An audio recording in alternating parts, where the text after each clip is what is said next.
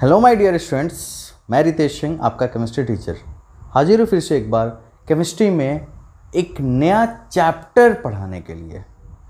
तो हम लोग सक्सेसफुली केमिकल काइनेटिक्स को ख़त्म कर चुके हैं। आइए आज फिजिकल केमिस्ट्री में एक नया चैप्टर स्टार्ट करने वाले हैं जिसका नाम है सॉल्यूशन। तो जैसा कि हम लोग केमिकल काइनेटिक्स में सारे टॉपिक्स को एक एक करके पढ़े थे, वैसा ही फिर से हम लोग सॉल्यूशन चैप्टर के भी सारे टॉपिक्स को एक एक करके पढ़ेंगे। ओके, मेरी कोशिश रहेगी कि आपको हर एक टॉपिक के बारे में पूरा डिटेल में नॉलेज दिया जाए और सभी टॉपिक पे कुछ इम्पॉर्टेंट क्वेश्चन कराएं। तो आइए शुरू करते हैं 12th क्लास के फिजिकल केमिस्ट्री का सेकेंड चैप्टर सॉल्यूशन। हेडिंग देंगे सॉल्यूशन। सबसे पहले ये सॉल्यूशन है क्या, इसके बारे में देखते हैं। तो हमारे मतलब सराउंडिंग्स में जितने भी सब्सटेंस है, most of the substance are impure. Okay, बहुत कम ही सब्सटेंस ऐसे हैं जो प्योर हैं। और वो इम्प्योर सब्सटेंस में क्या होता है कि इम्प्योर सब्सटेंस भी दो टाइप का होता है। एक ऐसा होता है जिसमें यूनिफॉर्म कंपोजिशन हो और एक ऐसा होता है जिसमें नॉन यूनिफॉर्म कंपोजिशन हो। तो वैसा सब्सटेंस जिसका यूनिफॉर्म कंपोजिशन हो उसी को हम लोग सॉल्यूशन कहते हैं, या फिर उसी को यूं कहिए कि होमोजीनियस मिक्सर कहते हैं। फॉर एग्जांपल, आप किसी एलवाई को ले लीजिए, है ना। आप घर में शरबत बनाते हैं, तो शरबत बनाते हैं क्या क्या चीज़ का यूज करते हैं? वाटर, शुगर, लेमन जूस, है ना। तो ये सब का यूज करते हैं, तो आप वो एक होमोजीनियस मिक्सर बन गया। आप कोल्ड ड्रिंक्स पीते हैं, वो भी एक मिक्सर है, और वो भी कौन सा मिक्सर है? Homogeneous mixer. उसमें यूनिफॉर्म कंपोजिशन, मतलब सारे सब्सटेंस यूनिफॉर्मली डिजॉल्व होते हैं, मतलब एक दूसरे में मिले होते हैं, है ना। तो इसको हम लोग होमोजीनियस मिक्सर कहते हैं, और होमोजीनियस मिक्सर को ही हम लोग कहते हैं सॉल्यूशन। ठीक है। तो जिस सब्सटेंस को मिला के आप सॉल्यूशन या फिर होमोजीनियस मिक्सर बना रहे हैं ना, वो सब्सटेंस केमिकली नॉन रिएक्टिव होना चाहिए। तो सबसे पहले हम लोग सॉल्यूशन का डिफिनीशन देखते हैं। आइए लिखते हैं, when two or more chemically unreactive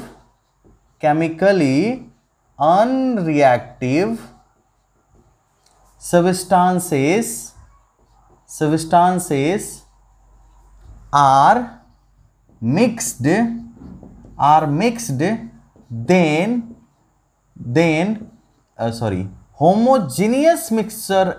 homogeneous mixer is formed। कौन सा मिक्सर का फॉर्मेशन होता है? Homogeneous mixer is formed. Full stop. This homogeneous mixer, देखना सब डिफिनीशन अच्छे से लिखना। This homogeneous mixer is called solution. Okay, example air. Okay, air मतलब एयर में बहुत सारे गैस मिक्स होते हैं ना यूनिफॉर्मली, तो एयर एक मिक्सर है, होमोजीनियस मिक्सर है, या फिर आप उसको सॉल्यूशन कह सकते हैं, दो या दो से अधिक का मिक्सर। आप शुगर सॉल्यूशन ले लीजिए। ओके, शुगर सॉल्यूशन, कोई भी एल्वाइज etc, ये सारे हैं सॉल्यूशन, या फिर इनको होमोजीनियस मिक्सर कहते हैं। ओके, तो शुगर सॉल्यूशन हुआ, या फिर आप वाटर और सोडियम क्लोराइड को एक साथ मिक्स कर लिए, या फिर आप ग्लूकोज और वाटर को मिक्स कर लीजिए। ये सारा होमोजीनियस मिक्सर होगा, और होमोजीनियस मिक्सर को ही हम लोग कहते हैं सॉल्यूशन। तो सॉल्यूशन का एक और भी छोटा सा डेफिनेशन हो सकता है कि solution is the homogeneous mixture of two or more chemically non reacting substances. Okay, चलिए तो अब देखते हैं कि सॉल्यूशन की प्रॉपर्टीज को, सॉल्यूशन की क्या प्रॉपर्टीज है, आइए देखते हैं, समझते हैं। तो हेडिंग देंगे प्रॉपर्टीज ऑफ सॉल्यूशन। तो शुरू करते हैं properties of solution. First, solution has only one phase. समझना, solution has only one phase, that is it is a monophasic system. Solution का सिर्फ एक ही फेज हो सकता है, वो या तो सॉलिड फेज हो या फिर लिक्विड हो या फिर गैसियस फेज हो, है ना। सिंगल फेज होगा और वो फेज डिपेंड करेगा किस पे, तो सॉल्वेंट पे। जो सॉल्वेंट होगा ना उसी फेज का सॉल्यूशन होगा। अगर आप शुगर को वाटर के साथ मिक्स कर रहे हैं तो बताइए वो कौन सा सॉल्यूशन होगा, लिक्विड सॉल्यूशन होगा, है कि नहीं। अगर आप NaCl को वाटर के साथ मिक्स कर रहे हैं कौन सा सॉल्यूशन होगा, मतलब लिक्विड सॉल्यूशन होगा, है ना। तो ये एक वन फेज, मतलब सॉल्यूशन का एक ही फेज होता है, या फिर इसको हम लोग बोल सकते हैं इट इज मोनोफेजिक सिस्टम। ठीक है। अब second point, the particles of solution, है ना। The particles of solution is very short. It is about 1 nanometre. ये लगभग 1 नैनोमीटर। 1 नैनोमीटर इक्वल टू कितना होता है पता है आप लोग को, 10⁻⁹ मीटर और या फिर 10⁻⁷ सेंटीमीटर। ये पार्टिकल्स मतलब सॉल्यूशन के पार्टिकल्स का साइज है जिसको हम लोग नेक्ड आई से नहीं देख सकते हैं। The particles of solution are very short, it can not be seen by naked eye, it is about 1 nanometre. ये सेकेंड प्रॉपर्टीज है। थर्ड प्रॉपर्टीज को देखते हैं। पार्टिकल्स, समझना ध्यान से, बहुत इंपॉर्टेंट पॉइंट है। Particles of solution do not lose their properties. Particles of solution do not lose their properties. मतलब क्या हुआ कि सॉल्यूशन के जो पार्टिकल्स हैं वो अपने प्रॉपर्टीज को लूज नहीं करते हैं। मतलब अब समझना, कोई नया सबस्टेंस को तो फॉर्मेशन हो नहीं रहा है, मिक्सर बना रहे हैं आप। जैसे अगर आप कोई शरबत बना रहे हैं, समझिएगा ध्यान से, शरबत बना रहे हैं आप, उसमें शुगर, सॉल्ट और वाटर को मिक्स किए, तो उसमें क्या होगा कि शुगर का भी टेस्ट आएगा, सॉल्ट का भी टेस्ट आएगा और वाटर का तो है ही। वाटर का मतलब टेस्ट नहीं, वाटर का तो फिजिकल स्टेट है ना। तो इससे आप क्या समझे कि ना तो शुगर अपना प्रॉपर्टी लूज किया, ना सॉल्ट अपना प्रॉपर्टीज लूज किया और ना ही वाटर अपना प्रॉपर्टीज लूज किया। तो सॉल्यूशन अपने प्रॉपर्टीज को लूज नहीं करते हैं। चलिए नंबर 4 नंबर 4 है कि the particles of solution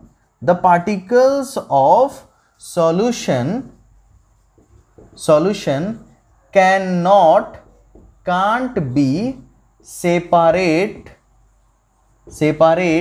easily। मतलब या फिर कांट नहीं लिखिए, the particles of solution is not separated, क्या लिख रहे हैं, सेपरेटेड इजीली।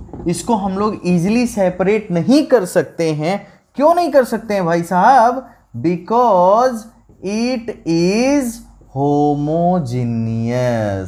क्यों नहीं कर सकते हैं, क्योंकि ये होमोजीनियस होते हैं, या फिर ये बोल दीजिए कि इनका यूनिफॉर्म सॉल्यूशन होता है। Next point, solution have uniform composition. क्या बोलेंगे हम लोग, solution have uniform composition. Solution का जो कंपोजिशन होता है ना वो यूनिफॉर्म होता है, एक समान रूप से सारे सबस्टेंस आपस में मिक्स होते हैं। ओके तो इसलिए उसको हम लोग बोलते हैं solution have uniform composition. Next point है the properties of solution such as density. ठीक है, डेंसिटी फिजिकल प्रॉपर्टीज है ये सारा। Freezing point, boiling point, okay, freezing point, boiling point, viscosity, city में CIT भाई होता है ना, विस्कोसिटी, अब पता नहीं, विस्कोसिटी है ना, ETC are vary with the composition, मतलब जैसे जैसे आप कंपोजिशन चेंज करेंगे ना तो ये सारा प्रॉपर्टीज जो है ना वो वैरी करेगा। मतलब सॉल्यूशन के प्रॉपर्टीज जो है वो वैरी करेंगे अगर आप चेंज करते हैं उसके प्रॉपर्टीज को, सॉरी उसके कंपोजिशन को, तो ये कंपोजिशन के साथ वैरी करता है। ठीक है, तो फटाफट से आप लिख लीजिए सारे प्रॉपर्टीज को, प्रॉपर्टीज ऑफ सॉल्यूशन खत्म। आइए आगे बढ़ते हैं। नेक्स्ट प्रॉपर्टीज ऑफ सॉल्यूशन के बाद हम लोग देखते हैं क्लासिफिकेशन ऑफ सॉल्यूशन। सॉल्यूशन को हम लोग कैसे क्लासिफाई किए हैं, तो सॉल्यूशन को अलग अलग तरीके से क्लासिफाई किया गया है। हेडिंग दीजिए classification of solution, classification of solution. तो क्लासिफिकेशन ऑफ सॉल्यूशन में सबसे पहले एक आसान सा मतलब आसान सा चीज बता देते हैं आपको, वो है aqueous and non aqueous solution, है ना। मतलब नेचर ऑफ सॉल्वेंट। अगर किसी सॉल्यूशन में, समझना ध्यान से, एक्वस सॉल्यूशन क्या होगा, एक्वस AQUEOUS एक्वस सॉल्यूशन। तो वैसा solution, the solution in which solvent is water.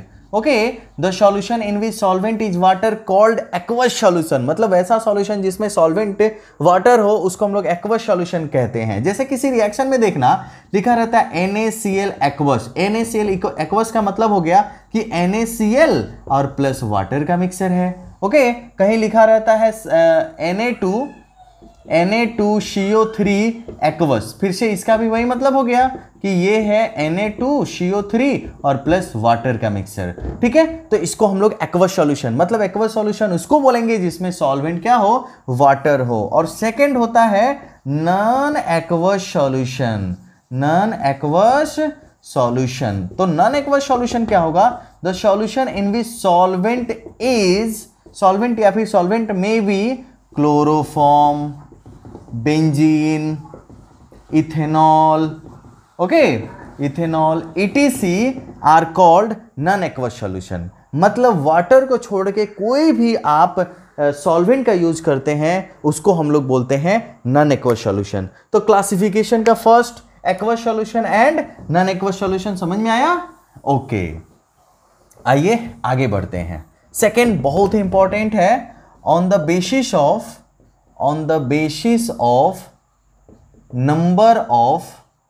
number of particles in solution में पार्टिकल के नंबर के बेसिस पे बांटा गया है। कितने टाइप में, तो देखना, पहला है बाइनरी सॉल्यूशन। बाइनरी मतलब आप समझ में, नाम से भी समझ में आ रहा होगा कि बाई मतलब दो, यानी दो सब्सटेंस हो जिसमें the solution which consist of only two substances। ठीक है, वैसा सॉल्यूशन जिसमें केवल दो सब्सटेंस होता है उसको हम लोग बोलते हैं binary solution, called binary solution.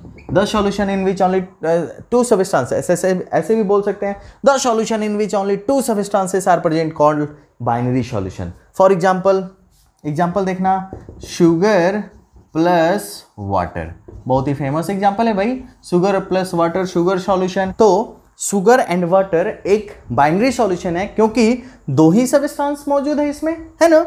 अब बाइनरी सॉल्यूशन को देखना, बाइनरी सॉल्यूशन के दो पार्ट होते हैं, कौन कौन, तो पहले पार्ट को बोलते हैं हम लोग सॉल्यूट और दूसरे पार्ट को हम लोग बोलते हैं सॉल्वेंट। पहले पार्ट को बोलते हैं सॉल्वेंट, दूसरे पार्ट को बोलते हैं सॉल्यूट, और ये दोनों मिलके बनाता है सॉल्यूशन, है ना। अब देखना ध्यान से, सॉल्वेंट प्लस सॉल्यूट मिलके बनाएगा सॉल्यूशन। तो जो सब्सटेंस, द सब्सटेंस समझना, सॉल्वेंट का definition, the substance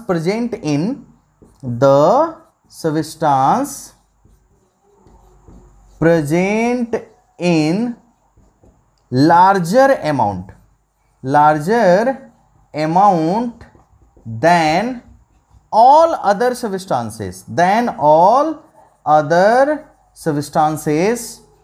the substance present in larger amount than all other substances called solvent, और solute क्या होगा, the substance present in a small amount, the substance present in a small amount than, a smaller amount लिख लीजिए, amount than other substance called solute। मतलब जो substance large amount में हो उसको हम लोग बोलेंगे सॉल्यूट, और जो सब्सटेंस लेस अमाउंट में हो, जिसके अमाउंट कम हो, उसको हम लोग बोलेंगे सॉल्वेंट। अब सोच के देखिए आप, शुगर और वाटर में कौन सॉल्यूट होगा, कौन सॉल्वेंट होगा। तो शुगर और वाटर में अब थोड़ा सा कंफ्यूजन है। क्या कंफ्यूजन है, पहले इसको मिटाते हैं, क्लासिफिकेशन बोर्ड पर जगह हो जाएगा हमारे लिए। तो शुगर और वाटर में, जैसे एक एग्जांपल से इसको समझते हैं, देखना ध्यान से। अ सिरप, कोई सिरप है, a syrup containing 60% sugar and 40% water. कोई सिरप है जिसमें 60% शुगर है और 40% वाटर है। तो आप ध्यान से देखिएगा, तो अमाउंट तो शुगर का ज्यादा हुआ और वाटर का कम हुआ, फिर भी हम लोग यहां पे शुगर को बोलेंगे सॉल्यूट और वाटर को बोलेंगे सॉल्वेंट। यहां पे एक इंपॉर्टेंट नोट है, नोट लिखना, द फेज ऑफ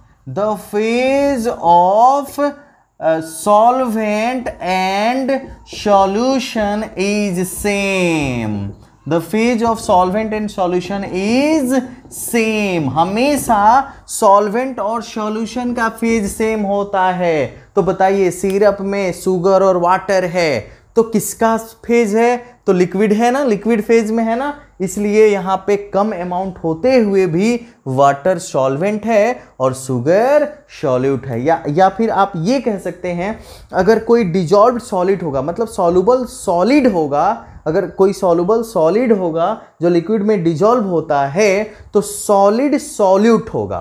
क्या होगा, सॉलिड सब्सटेंस सॉल्यूट होगा और लिक्विड सब्सटेंस सॉल्वेंट होगा। ओके, एक दूसरा एग्जांपल देखना। दूसरा, अगर कोई सॉल्यूशन आप तैयार किए जिसमें 20 ml अल्कोहल है, जिसमें 20 ml अल्कोहल है और 80 ml वाटर है। अब इसमें सॉल्यूट और सॉल्वेंट में कोई कंफ्यूजन नहीं है, ये जो सब्सटेंस है वो सॉल्यूट है और ये सब्सटेंस जो है वो सॉल्वेंट है। मतलब वाटर सॉल्वेंट है और अल्कोहल यहाँ पे सॉल्यूट है। सेकेंड एग्जांपल देखना, अब अगर 50 ml आप ले रहे हैं अल्कोहल, 50 ml अल्कोहल और 25 ml लिए आप वाटर, तो इस बार क्या होगा, इस बार अमाउंट के ऊपर डिपेंड करेगा और दोनों लिक्विड ही हैं, इसलिए अल्कोहल इस बार होगा सॉल्वेंट और वाटर होगा सॉल्यूट। अल्कोहल होगा सॉल्वेंट और वाटर होगा सॉल्यूट। तो लिक्विड के केस में अगर दो लिक्विड सब्सटेंस आप मिक्स कर रहे हैं तो उसमें डिपेंड करेगा अमाउंट के ऊपर। तो जिसका अमाउंट कम होगा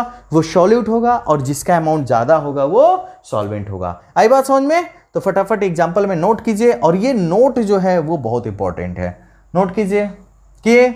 चलिए, तो हम लोगों ने पढ़ा बाइनरी सॉल्यूशन। बाइनरी सॉल्यूशन के बाद हम लोग पढ़े किसके बारे में, तो सॉल्यूट के बारे में और सॉल्वेंट के बारे में। वैसे ही the solution containing 3 substances called ternary solution. ठीक है, देखना लिख देते हैं। सेकंड टाइप है नंबर ऑफ पार्टिकल्स के बेसिस पे टर्नरी सॉल्यूशन। तो अगर कोई पूछे टर्नरी सॉल्यूशन क्या होता है, तो सब्सटेंस कंसिस्ट ऑफ 3 सब्सटेंसेस या फिर 3 टाइप ऑफ पार्टिकल्स, है ना, तो कॉल्ड टर्नरी सब्सटेंसेस। वैसे ही थर्ड एक और देख लीजिए, क्वार्टेनरी सॉल्यूशन। तो आप क्वार्टेनरी सॉल्यूशन का क्या डिफिनीशन देंगे, तो the substance in which the solution in which 4 substances are present called quaternary solution. Okay, तो the solution consists of 3 substances are called ternary solution.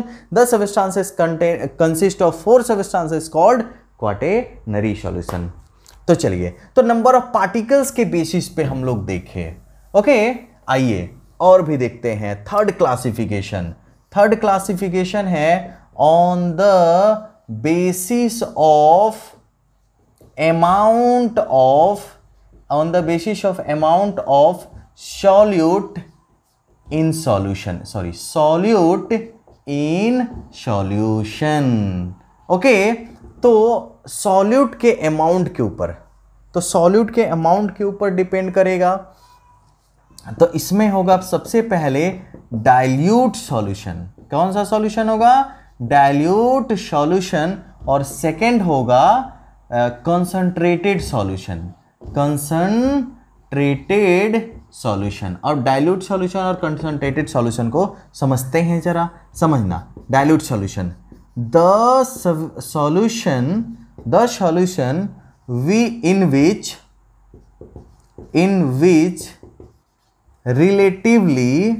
relatively less amount, the solution in which relatively less amount of solute present, the solution in which relatively less amount of solute present called, क्या बोलेंगे इसको? तो dilute solution है ना, called dilute solution। और concentrated solution किसको बोलते हैं? तो बस अब यहां पे रिलेटिवली मोर अमाउंट है ना, the solution in which relatively more amount of solute present। ठीक है, तो रिलेटिवली ज्यादा अमाउंट हो तो उसको हम लोग बोलेंगे कंसंट्रेटेड सॉल्यूशन, और कम अमाउंट हो उसको बोलेंगे हम लोग डाइल्यूट सॉल्यूशन। और ये अमाउंट किससे ज्यादा? जैसे अगर आप 10 ml HCl को 90 ml वाटर में मिक्स कीजिए, किस में मिक्स कीजिए? 90 ml वाटर में, तो ये जो सॉल्यूशन है ये एक डाइल्यूट सॉल्यूशन है। कौन सा सॉल्यूशन है? ये एक डाइल्यूट सॉल्यूशन है। जबकि अगर आप 70 ml HCl को 40 ml वाटर के साथ मिक्स कीजिएगा तो ये एक कॉन्संट्रेटेड सॉल्यूशन है।